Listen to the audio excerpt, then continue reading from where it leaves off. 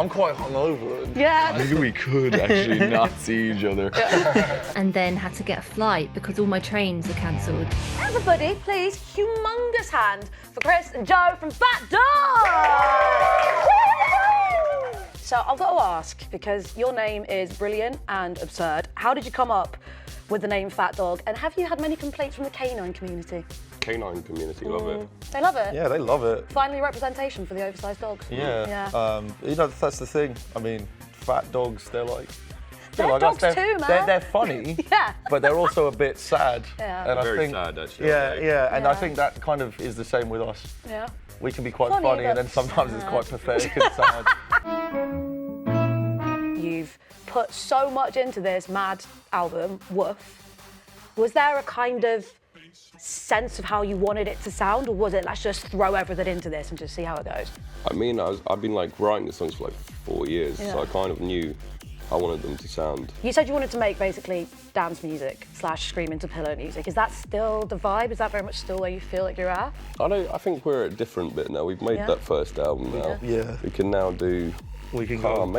I mean, we play like big tours now, and you're doing like 3 months of it, and you'd be like, oh damn, you're so hungover, and then you have to make the most intense like music. It's such a nightmare sometimes. Yeah. That one we did in Dublin. Yeah, we played at like at 11:30 in the morning in Texas, and we're like, do people even want to hear this right now? Yeah, In it was Texas? South by Southwest, and we were in this car park at like 11 in the morning, and it was just the heat was churning my guts. Oh my God. And we just, you know, you want to play us. Everyone in the crowd's hungover as well, Yeah. and And they're all every kind time of you eating shout, breakfast, and you can see everyone flinch whenever you shout. Yeah, but it's like, every time I'm shouting, like my head feels like it's gonna explode. Yeah, So- you same feel thing. like Megamind. It's like, this ain't just good your for, head's huge. for both of us. We need to chat about Peace Song. Maybe got the angst out, exercise the demons on Woof. Yeah, I think we're just gonna go full corporate pop now. Okay, great.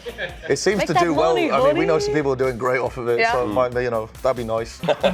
So what was the vibe with Peace Song? Because I love that you're like, we're leaning into corporate pop. It's obviously not that at all. It's an absolute gem. But It's got children's choir in it. There was like 20 of them, and then I can't even remember how old they were. To be fair, they were little. this sounds, Little don't work guys. with children or animals. Why would you start with the kids? That's mad. No, they were all right. We ended up chopping them up, and not the kids, but like chopping up chopping up the kids. Clarity vocal for everybody samples, involved.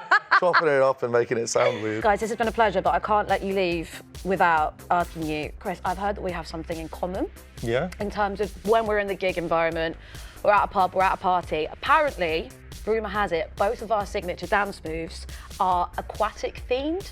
Yeah. Now, I am very jellyfish centric. I would consider myself a jellyfish person. I hear you have a crab. I'm quite hungover. And Yeah, we're both doing I can keep doing It's this more like forever. you have to get like really down. This is like, what I do in the you do crowd, this. and you know, Because little you want to rotation have all of the sometimes. space. I've ripped my trousers. Now, please welcome back to the Brown Couch. We've got James Cahill and Damien from the Murder Capital, everybody. I feel like you've kind of moved into a different space. You know, each of your albums has felt completely different. You know, Gigi's Recovery really dealt into that like deep, dark post-punk arena. This one feels a bit more kind of rock and anthemic. You're in like a literally different places as you made this, right? What's been the kind of progression from second to third album? I guess we just wanted to be more rock and more anthemic, by the sounds of things. You kind of nailed it. Yeah, man, we were sort of like, you know, we were living in different cities doing this record, but we came together to write it. Like, you know, we didn't sort of do the email album or anything like that. That's not gonna be a thing for us, but Not yet. not yet. yet. Yeah, we were actually Gonna go into the someone future. brought it up the other day. I think actually, yeah, maybe we could actually not see each other. So nice. But like, how was the writing process on this one? Because, as I say, it does sound different. How does it work when you guys are like actually in the room together? Because you've got a lot of different sonics happening on this record. It normally starts with some chords. We're all kind of bringing in those, gathering those for the couple of months beforehand. And Yeah. Different every time, for sure. Yeah. Mostly me. Flex there. So, blindness. Why is it called that? Straight shooting question. So basically looked at the lyrical content and, and also the feeling of the music and stuff, and found that this kind of like binding agent between them all was the kind of limited field of perspective that I think we all have, you know.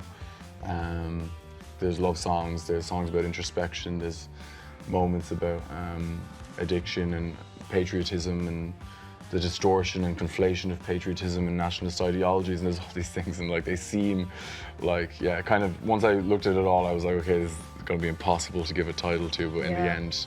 Words lost meaning. That was kind of, I guess when you're on tour a lot, you have a lot of time to magnify your relationship, I think. It becomes very magnified naturally, you know, because you're away a lot, and the words I love you and just like I love you kind of became, momentarily anyway, in my relationship became this way of kind of just like a flippant kind of throwaway thing. Are you guys good generally at saying I love you? Do you say I love you to each other, to the boys? Probably too much. Like. I get it when like, I say I love you to my friends and I'm hanging up on the phone and they don't say it back and I am crushed. Terrible. I'm like, oh, okay, I'm just on my own in the world, really. We told someone we loved them recently and they said okay.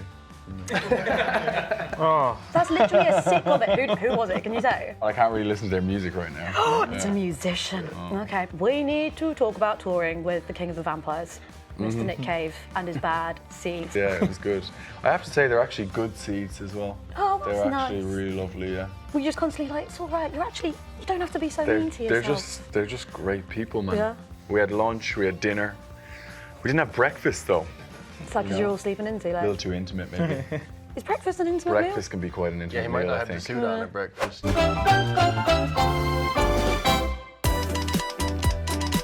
I'm Jessica Winter, and I'm an artist, producer, and sometimes a composer. I make music for myself. I've been making an album, which I've called My First Album. I've been planning shows. I've got a new headline show, which I'm about to play in London. But I also write songs for other people and produce them. And sometimes I do scoring, like composing. Listen to LOVE. There's someone I write with a lot that I've written with over this last year called Watto, and they live in Scotland. On a day off in between my tour with Jake Shears, I was like, do you want to write? I thought it was a bad idea, but then when I got there, just came out with that, and then had to get a flight because all my trains were cancelled. If you can hear at the end of the song, there's this aeroplane sound, and I ended up using this aeroplane sound that I recorded when I was just bored waiting at the gates. My supergroup would be Doja Cat, Lisa from Blackpink, Ginger Spice, just throw in a Ginger Spice, and Kim Petras. I met a very handsome fan and they asked me to go home with them. You'd have to ask the handsome fan. I've done it all. I've worked in delivery pizza places. I've worked in basement filing cabinet jobs. I've worked at the NHS, which was so good. Yeah, I love work. I love working.